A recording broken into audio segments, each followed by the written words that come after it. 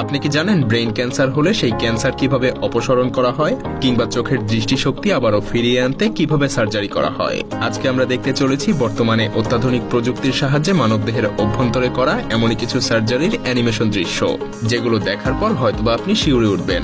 তবে আপনি যদি দুর্বল হৃদয়ের হয়ে থাকেন তাহলে ভিডিওটি আপনার জন্য না। আর সাহসী হলে চলুন প্রবেশ করা যাক মানবদেহের অভ্যন্তরে।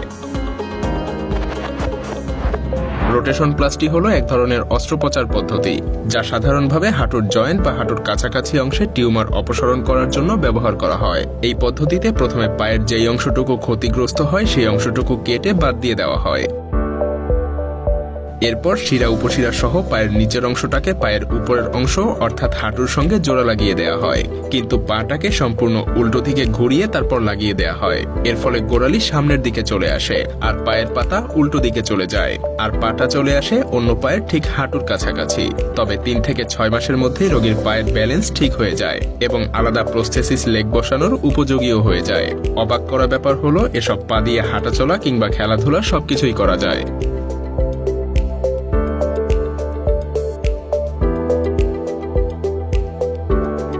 এই ডিভাইসটার নাম হলো মেগাভ্যাক। এই ডিভাইসের সাহায্যে অনেক সাবধানতার সাথে জমাট বাঁধা রক্ত অপসারণ করা হয়।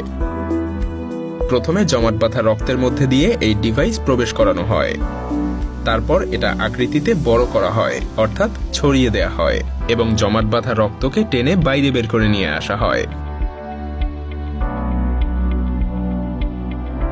ভয়ঙ্কর ব্যাপার হলো এই জমাট বাঁধা রক্তগুলো বের না করলে সেগুলো পরবর্তীতে বিভিন্ন নার্ভের মধ্যে গিয়ে মারাত্মক সব রোগের সৃষ্টি করতে পারে। আর এই পদ্ধতি ব্যবহার করেই বর্তমানে ডাক্তাররা জমাট বাঁধা রক্তকে অপসারণ করেন। Hip replacement. এই সার্জিক্যাল পদ্ধতিতে প্রথমে কোমরের পাশে 4 থেকে 5 ইঞ্চি কেটে নেওয়া হয়। এই কাটা জায়গার মধ্যে দিয়েই বাকি অপারেশন কমপ্লিট করা হয়। তারপর বিভিন্ন মেডিকেল অস্ত্র ব্যবহার করে হাড়ের আশেপাশের মাংসপেশিগুলোকে সরিয়ে কোমরের জোড়াটাকে বের করে ফেলা হয়। এই প্রসেসের সুবিধা হলো এভাবে কোনো মাংসপেশি কাটাছেঁড়া করতে হয় না, যে কারণে পুরোটাই অক্ষত থাকে।